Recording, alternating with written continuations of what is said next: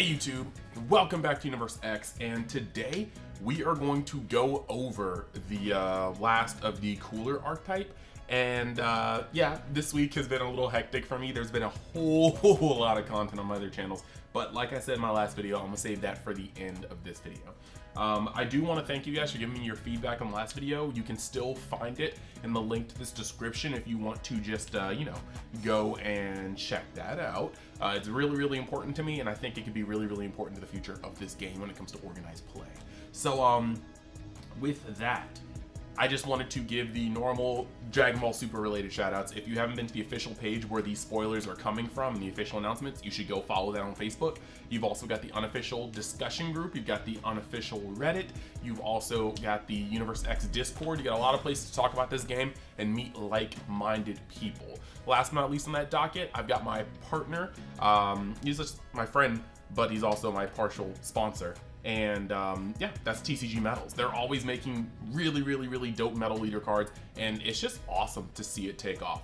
And that being said, I do have my own TCG player site, so you can always go on there and check stuff. And it's not just Dragon Ball Super that I sell on there. I sell pretty much all the cards that I can come across. Sometimes I'll buy cards and just put them up there if they're worth anything. So there's a little Pokemon, there's some Vanguard I was able to fish up. Occasionally there's some Yu-Gi-Oh! If I can find some good condition cards I still have in like storage, things like that. So yeah, check it out. Check it out. A lot of stuff on there. Now, let's get over to the cards. We're gonna put up the template and then we're gonna start talking, right? The first card that we have here is Galactic Dynasty Frieza. I said that backwards. Guess what? Don't care. By the way, if you guys like this sort of content, think about hitting that subscribe button, the notification button. Just like the video, comment the video with your takes on these cards. Very much so interested to hear them. And yeah, so Galactic Dynasty Frieza, and we did it again. One cost, Empower Green 3. Permanent, while this card has 3 or few counters on it, it cannot attack. Limit 1, if this card has 3 more markers on it, when this card is played, your opponent discards 1 card from their hand. +1, activate main, this card gains plus 10,000 power for the turn. Okay, so it can become a 20k. And when it comes down with Empower Green 3, when it comes down with those 3 markers, it's going to just discard a card from your opponent's hand. It's pretty cool that you get to take away more and more from your opponent while you go with this deck, but that's Green's theme in general. Very interested to see how this deck's gonna play out. But while this card has 3 or few markers on it, yeah, I can't attack. Okay, cool. So basically just 20k. Now, this guy's actually gonna be pretty strong in terms of firepower. Like 20k is nothing to really scoff at, TBH. And what are we looking at? Hero. Well, this card, yeah, that's pretty much, it's a straightforward card. If it comes out with its full power effect, your opponent discards a card. And the thing about this is it's going to be very easy for you to play a card off your opponent's. Like, this is a good turn 1. You play a card off your leader's effect, and then right after that, you can then play this card over for 1 energy. Your dormant setup and whatnot. Your dormant setup in case they try to go wide early in the game.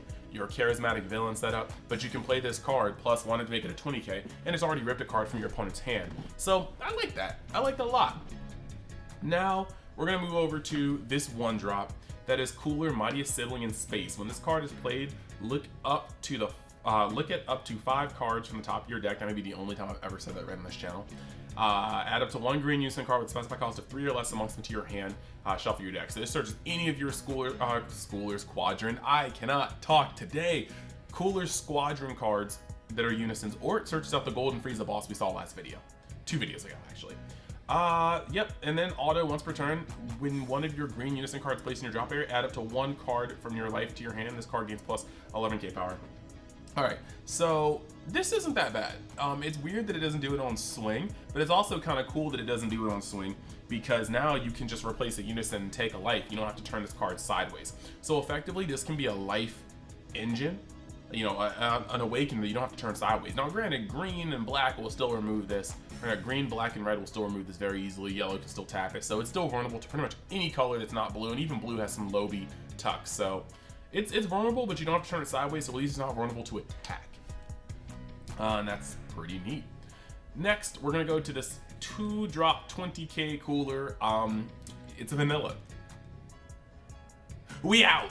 Next, you're at Cooler Sibling Cruelty. This is an SR, and first off, I must say this card art looks amazing. We've got Double Strike. Permanent. For each green unison card in your drop area, reduce the energy cost of this card in your hand by 1. First thing we need to look at is that this only has 1 specified green. So 3 unisons in your grave, and this is a single cost 20k Double Strike battle card. That's amazing. When this card is played, you cannot play copies of this card for the turn. Okay. Additionally, you may place 1 green card, your unison card with a specified cost of 3 or less from your drop area to the bottom of your deck, and if you do, your opponent discards 1 card from hand. So 1 energy for a 20k dual attacker, or sorry, 20k Double Strike that then discards a card from your opponent's hand. I really like that, especially seeing is that there are turns where you can essentially Ribrianne somebody for 1 energy. You know, you swing with your leader and then you just like play the Frieza in power 3, drop it. So you can like swing with unison, right? They might counter it, they might let it go through, it depends. They might waste a card to combo. And then you get to swing with leader, play over the unison, play this card, and then it's gonna drop the card of their hand. And you can play this cooler and it's gonna drop another card of their hand. I like that a lot. I like that a lot. You got a little hand destruction worked in there. Now, when it comes to this card, a lot of people have been wondering why this doesn't have unique and instead it just has this long bit of text. I don't think this is that hard of a question to solve. This has this text instead of unique because they don't want you playing this 3 times in a turn when you have 4 energy. Like, they don't want you being able to wipe this card off the board somehow or your opponent gets rid of it and you just play another one. They want you to play this 1 time a turn because it's that strong. It really just is. And can you imagine, like, if you were able to loot this off the field, even if you just comboed with instead of swinging it, for 3 energy, you could take 3 cards from your opponent's hand. That's like a little bit of a Ribrianne on crack, and then you swing with the last one. Meanwhile, it was combo power for your other swings. Nah, there's just things they don't want you doing, and that's one of them. So yeah, that is that right there. And then next, we are going to go over to the last card I want to talk about today, which is the card we got spoiled today. This is the second out of 3 SCRs. This is Invaders Val. And before we even talk about the card, let us talk about its art. I love this. The gold foil in the background. I like how it's color coded. King Cold's in red, Cooler's in blue, and Frieza is in purple. It looks thematically amazing. And if you're a Frieza fan, this is a must have. But ultimate. Activate battle. If your leader card is green or a Frieza clan card and your opponent has 3 or more energy, your opponent discards 2 cards from their hand, choose up to 1 of your opponent's battle cards with energy cost less than or equal to the number of unison cards and Frieza clan cards in all leader areas, energy areas, battle areas, unison areas, drop areas, and warps. KO it and then remove this card from the game. Okay. So here's one thing we have to talk about first. This card is likely, in my opinion, worse than Oath of Z. You have to immediately compare it to Oath of Z because they do the same things almost. This one takes away from your opponent, the other one gives you advantage. They both will try to remove a card from the battlefield, and this one counts. Now this one's countability is easier because, I mean, granted, it's not hard to have Gohans and Son Gokus and Vegetas and Piccolos. It's not hard to do that. But this one is just going to be counting Frieza clans as a whole. So you could have Chills, Friezas, Coolers, King Colds. All these cards will proc, and there's a plethora of them. So this is going to get off. Now, the issue I have is that if you guys played Magic the Gathering, you should understand this. But back in Return to Ravnica, we actually had a card called Sphinx's Rev, which was, I believe, if I'm not mistaken, it was white, blue, blue X, I think it was white, blue, blue X, or it was like blue, blue, or it was blue, white, white X. Either way, it was 3 costs and X. I can just look this up instead of just pretending like I know what I'm talking about.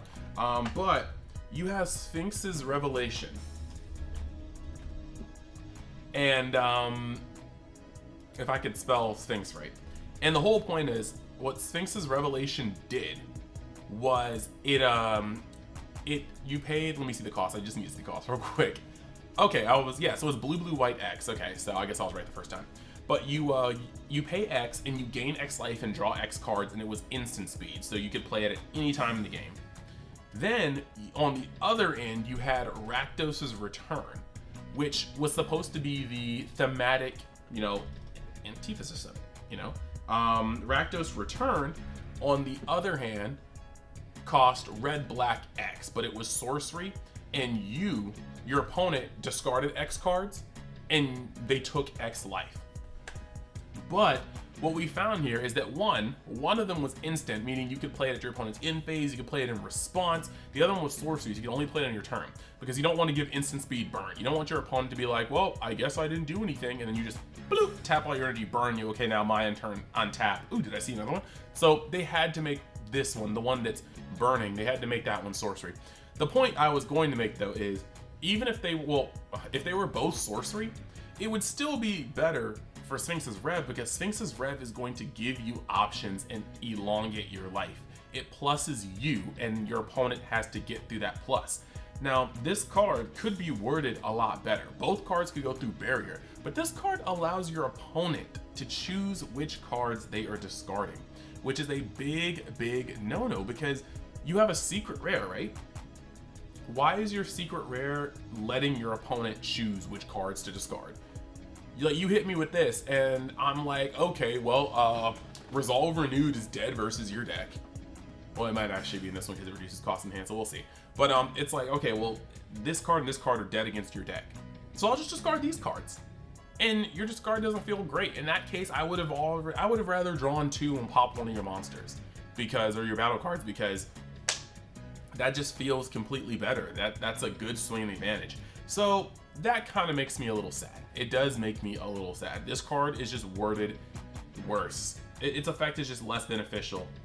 If it lets you choose the cards, that'd be one thing. And to be honest, as a secret rare, I kind of wish this discarded 3. I know lots of people don't like hand control, but we get some really big hands in this game. This is a secret rare. Discard 3 cards. Cell Xeno could warp 3 cards and it was attached to a 4K body. Let this card discard 3 cards that you get to choose. Not looking at their hand, but you get to choose randomly. Let it discard 4 and let it warp through barrier. Or KO through barrier. That's all I ask. That's literally all I ask. So that is pretty much that. This card is an excellent collector's piece for any Frieza fan, but unfortunately, it just, I don't think, meets the mark for competitive play. That being said, that is the rest of the cooler cards, and I think that because this is the SCR, outside of seeing the SPRs, this should be it for green. So I'm going to start working on my archetype breakdown so you guys can see a little bit more about how these decks work. So first and foremost, thank you guys for watching. I hope you have a wonderful day, and thank you guys for bearing with me while the content kind of had a weird lull for a full 24 hours. I say a weird lull when it really just has been a day. That's how much I've been grinding. A weird lull constitutes as more than 24 hours without a video. That being said, thank you guys, and I will see you the next time you decide to join Universe X. Put it in the comments whether you want to see Meta Cooler as the deck breakdown, or next one, or Cooler as the deck breakdown. Just let me know in the comments which one you'd rather see, and I'll start working on it. And then past that, if you want to see me in other avenues, you can check me out on UniXDB, where I play Dragon Ball Dokkan Battle, Dragon Ball Z Dokkan Battle, and Dragon Ball Legends. Or you can check me out on UniX Gacha, where I play gacha games that have to do with anime. Right now, the main focus is My Hero Academia, Ultra Impact. I just pulled on Ida's banner and have a PvP showcase up with him, as well as lots of summons on Dragon Ball Dokkan. So, hey, it is what it is. I'll see you guys next time. You have a great day. It's evening when I release this. It could be day when you watch this. I'm sorry.